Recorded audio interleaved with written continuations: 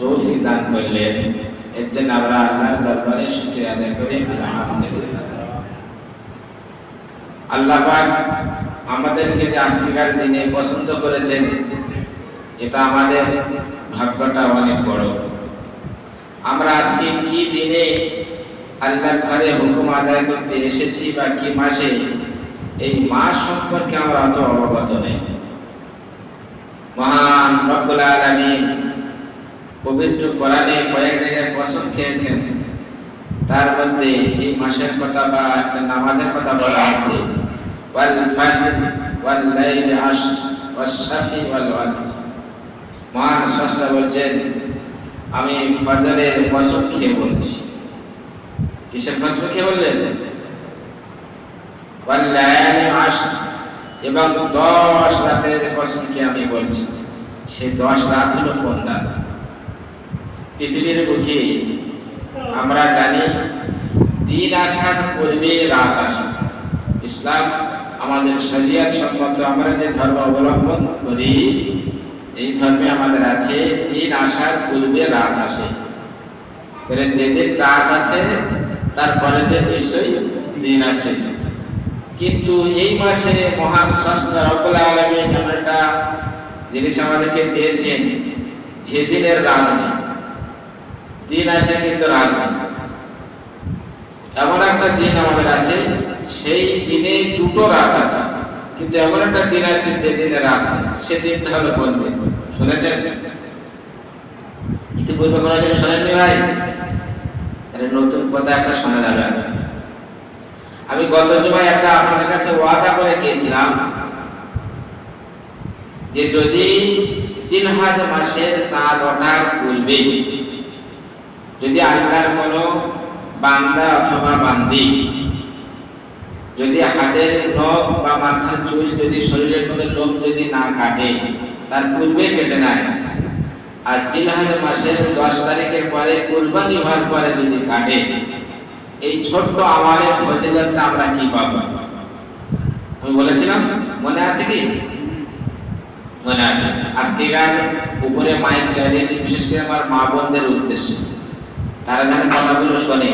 এই আমালগুলো এই মাসে যত নফল ইবাদত আছে, অন্য মাসের তুলনায় অনেক মর্যাদাবান এবং মূল্যবান।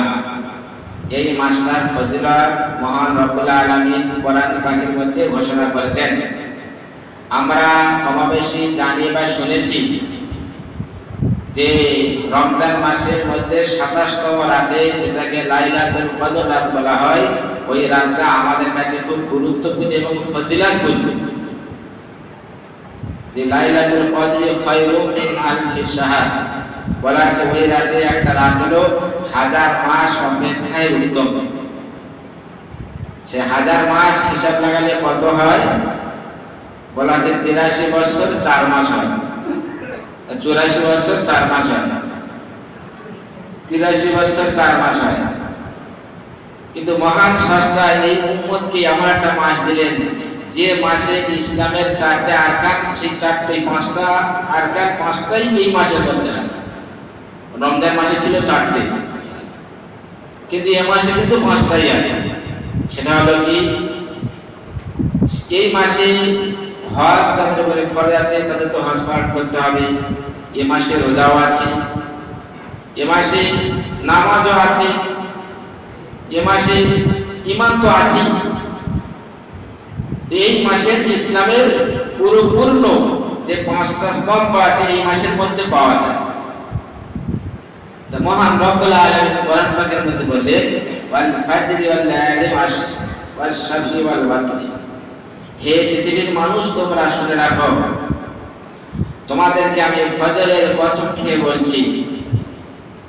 তারপরে বললেন ওয়াল লাইলি আশর, এবং 10টি রাত এমন গুরুত্বপূর্ণ রাত তোমাদের কাছে আছে, যে রাতের পদমর্যাদা এত, যে লাইলাতুল কদরের রাতে যে ইবাদত করলে যে সওয়াব পাওয়া যেত, পবিত্র জিলহজ মাসের 1 তারিখ থেকে নিয়ে 10 তারিখের রাত পর্যন্ত ইবাদত করলে সেই সওয়াব তোমাদের আমলনামায় দেওয়া হবে।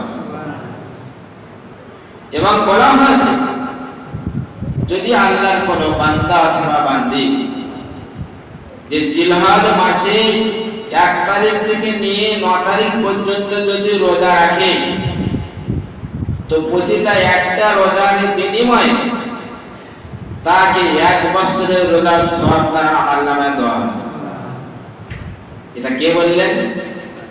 বিখ্যাত সাহাবী হযরত ইবনে আব্বাস রাদিয়াল্লাহু তাআলা বলেন, আমি বিশ্বনবী মুহাম্মদ রাসূলুল্লাহ সাল্লাল্লাহু আলাইহি সাল্লামের সোনার জবান থেকে শুনেছি, তিনি বলেছেন যদি আমার কোন উম্মত অথবা উম্মতি যদি জিলহজ মাসে যদি একটা রোজা রাখে তো তার 1 বছরের রোজা রাখার সওয়াব তার আমলনামায় দেওয়া হবে। আল্লাহ রাসূল সাল্লাল্লাহু আলাইহি ওয়াসাল্লাম বললেন, যখন জিলহজের চাঁদ